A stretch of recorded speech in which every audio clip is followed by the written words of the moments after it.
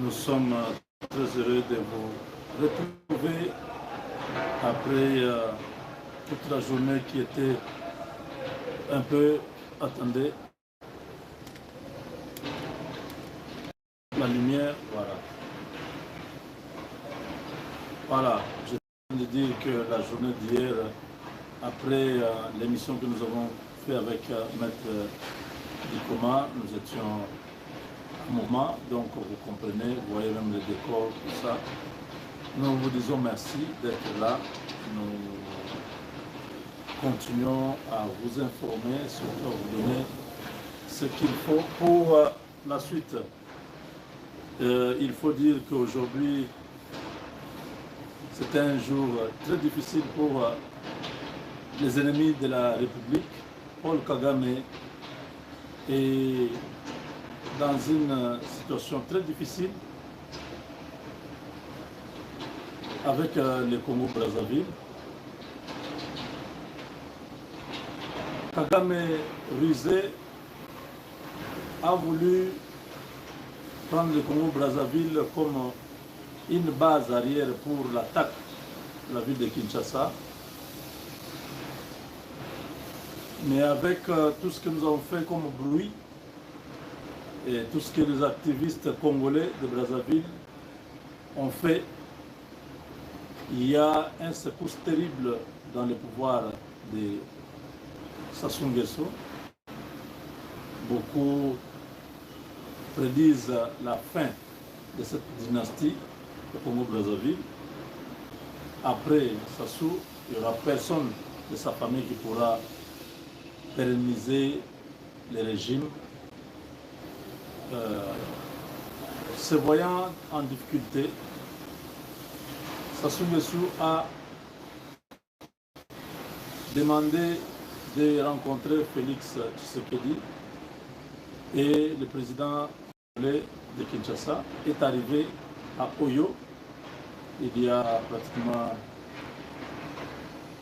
1 heure, chose comme ça, presque 2 heures, pour un entretien parce que ce dernier a besoin de garanties. Il a besoin de garanties, il veut savoir si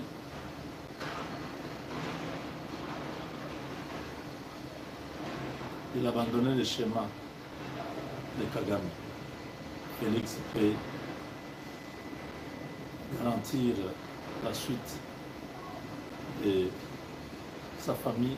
Ce sont des gens qui sont déjà à la fin, ils savent qu'ils ont des contrats qu'ils ont signés avec le diable. Il peut prédire déjà sa mort, il peut prédire sa fin. Nous ne pouvons que nous en réjouir de son départ en enfer qui pourra libérer tout un peuple. Les Brazzavillois ont beaucoup souffert avec cette famille. Toute l'Afrique, il y a un vent de changement. Les Français ont beaucoup amené la franc-maçonnerie dans l'Afrique francophone, ce qui fait que tous ces présidents francophones, dans la plupart, c'était des francs-maçons.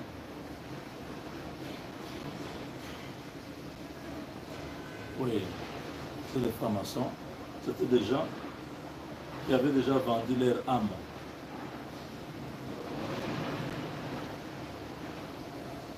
Ils ont vendu leur âme pour le pouvoir, régner, rouler dans de belles voitures, avoir ses avions, ainsi de suite. Mais le règne du mal tient à sa fin. Denis Sassou Nguesso, avec cette jeune rwandaise, pas jeune, cette dame rwandaise qui contrôle Brazzaville, les vrais Brazzavillois ont dit ça ne passera pas. Ce monsieur a régné sur nous pendant plusieurs années. Avant son départ, il nous prend une Rwandaise qui vient ici, qui commence à en faire entrer les Rwandais sur le territoire. Il leur donne de terre, ça marchera pas. Nous allons résister, nous allons bouter dehors tous ces gens, nous allons les détruire un à un. C'est le travail que tous les Brazzavillois doivent continuer. Nous, on a fait notre part de vous informer, de vous dire que voilà, il y a ça qui se prépare. Et eux-mêmes ont commencé à parler. Je salue mon frère Bernard Pongi, depuis le Canada, et beaucoup d'autres. Nous avons... J'ai beaucoup de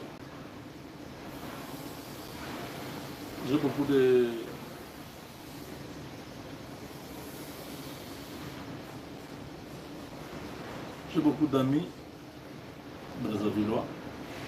Il y a Jean Lévy aux États-Unis. Vous avez Mitoulou, nous avons encore qui? Isaac, nous avons Roland, Mouti, Séverin, ils sont nombreux. Destin Ikia, vous tous, je vous salue. Et là où vous êtes, je vous dis merci de voir à ce que nous faisons au Congo-Kinshasa, qui vous a tous influencé, qui vous a motivé, qui vous a poussé à défendre aussi votre territoire. Je pense que c'est un combat noble. En tant que Congolais de Kinshasa, je suis fier de faire ce que je fais. Faites la même chose chez vous, parce que le Rwanda finira par vous arracher ce pays. Nous, on était naïfs en 1994, quand les choses ont commencé au Rwanda. On pensait que c'était une affaire de Rwandais. Après, en 1996, la guerre a commencé. Les Rwandais sont venus chez nous. Ils ont pris le pouvoir en 2001. Quand Mouzé est mort, on était toujours en train de rêver. C'est en 2018 que le règne du Rwanda a pris fin au Congo. Nous avons combattu, nous avons tout donné pour que la paix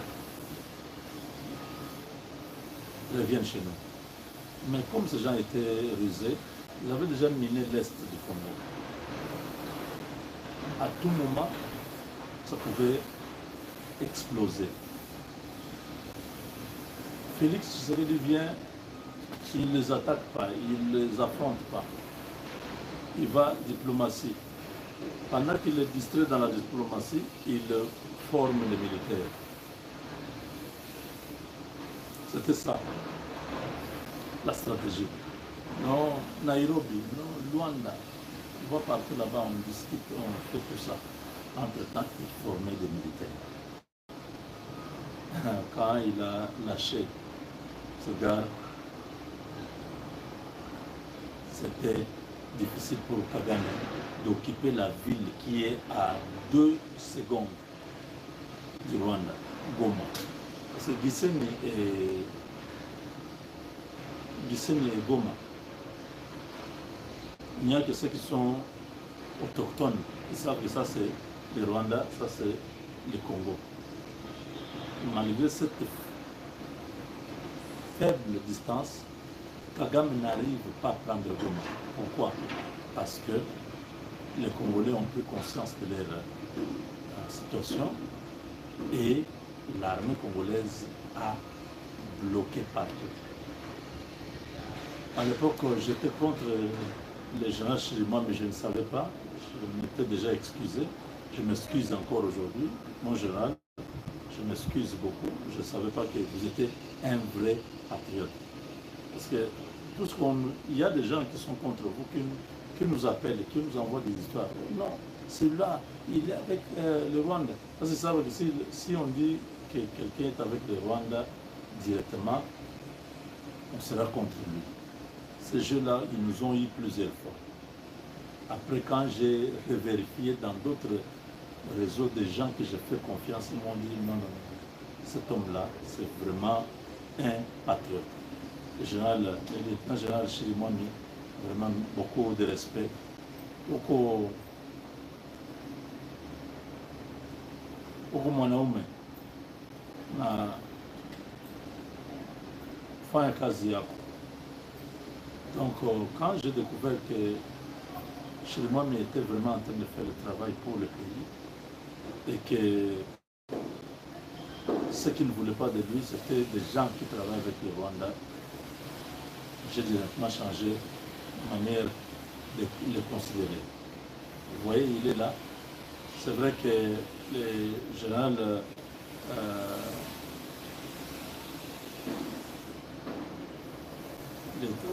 qui était là avant,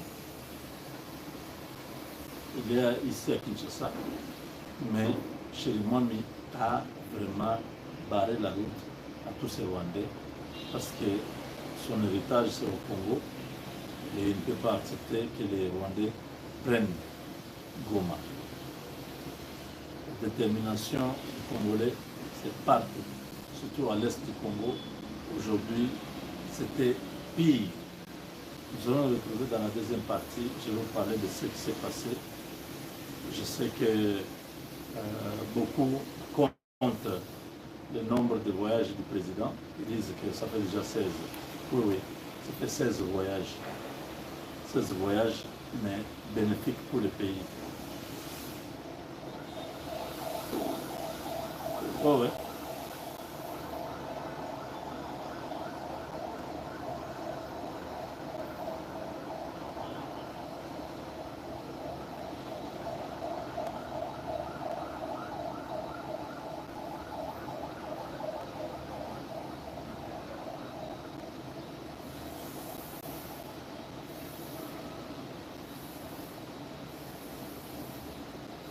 Donc, 16 voyages. Le président, quand il a eu son deuxième mandat, il est parti.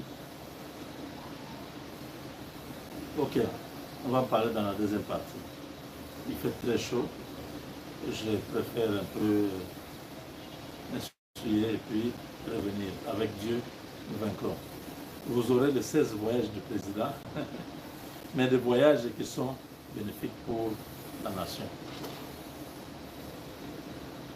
Avec Dieu, nous vaincrons.